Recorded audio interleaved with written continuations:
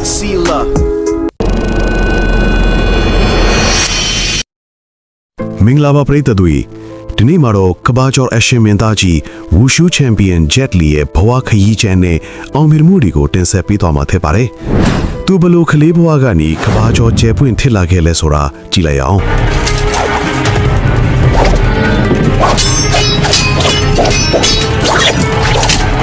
1963ခုနှစ်ဧပြီလ26ရက်နေ့မှာတရုတ်နိုင်ငံပေကျင်းမြို့မှာ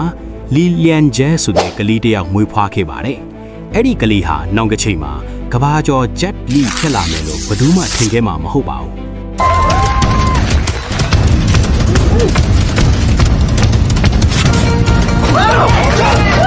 ။သူဟာငယ်စဉ်ကတည်းကပေကျင်းဝူရှူအကယ်ဒမီမှာတရုတ်ရိုးရာကိုယ်ခံပညာဝူရှူကိုစတင်သင်ယူခဲ့ပါတယ်။သူများကလေးတွေစော့ကစားနေချိန်မှာသူဟာဝူယူတိုင်းပညာလေ့ကျင့်နေခဲ့ရပါတယ်။သူ့ရဲ့စ조사အားထုတ်မှုတွေကအရာထင်လာပြီးအသက်17နှစ်အရွယ်မှာပထမဆုံးအကြိမ်အမျိုးသားအဆင့်ဝူရှူချန်ပီယံဆုကိုဆွတ်ခူးနိုင်ခဲ့ပါတယ်။ သူ့ရဲ့ထူးခြားတဲ့ဝူရှူစွမ်းရည်တွေကြောင့် Director John Coron ကသူ့ကို1982ခုနှစ်မှာရိုက်ကူးတဲ့ Shaolin Temple ဇာတ်ကားမှာပထမဆုံးအကြိမ်ပါဝင်သရုပ်ဆောင်မှုဖိတ်ခေါ်ခံခဲ့ရပါတယ်။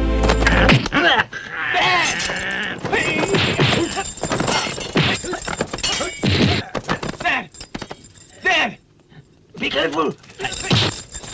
သူ့ရဲ့တရုပ်ဆောင်မှုတွေကြောင့် Hong Kong Film Award နဲ့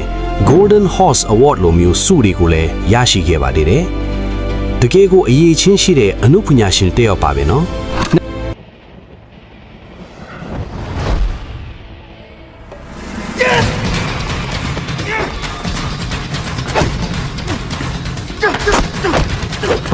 2023ခုနှစ်စည်ရင်းတွေအရဂျက်လီရဲ့ခမန်းကြွယ်ဝမှုဟာအမေရိကန်ဒေါ်လာ250တန်ခန့်ရှိပါတယ်။ပေကျင်းမြို့ကထိတန်းရက်ွက်တစ်ခုမှာဇိမ်ခံစိန်ကြီးတစ်လုံးပိုင်ဆိုင်ထားပြီး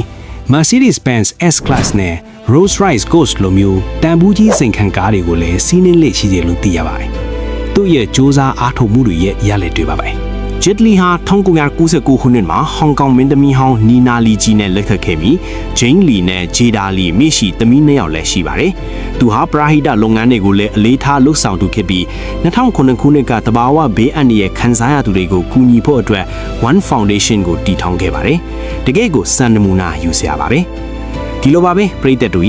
ဂျယ်လီဟာဝူရှူချန်ပီယံဘဝကနေတကမ္ဘာလုံးကအတိအမှတ်ပြုရတဲ့ရုပ်ရှင်ကျယ်ပွင့်တူလူမှုရေးတက်ကြွလှူရှားသူတူဖြစ်ယနေ့တိုင်းစံနမူနာပြနေစေပါမယ်။သူရဲ့အောင်မြင်မှုတွေကလူတိုင်းအတွက်စိတ်သက်ခွန်အားဖြစ်စေမယ်လို့ယုံကြည်ပါတယ်။နားဆင်ပေးကြတဲ့အတွက်ကျေးဇူးတင်ပါတယ်ခင်ဗျာ။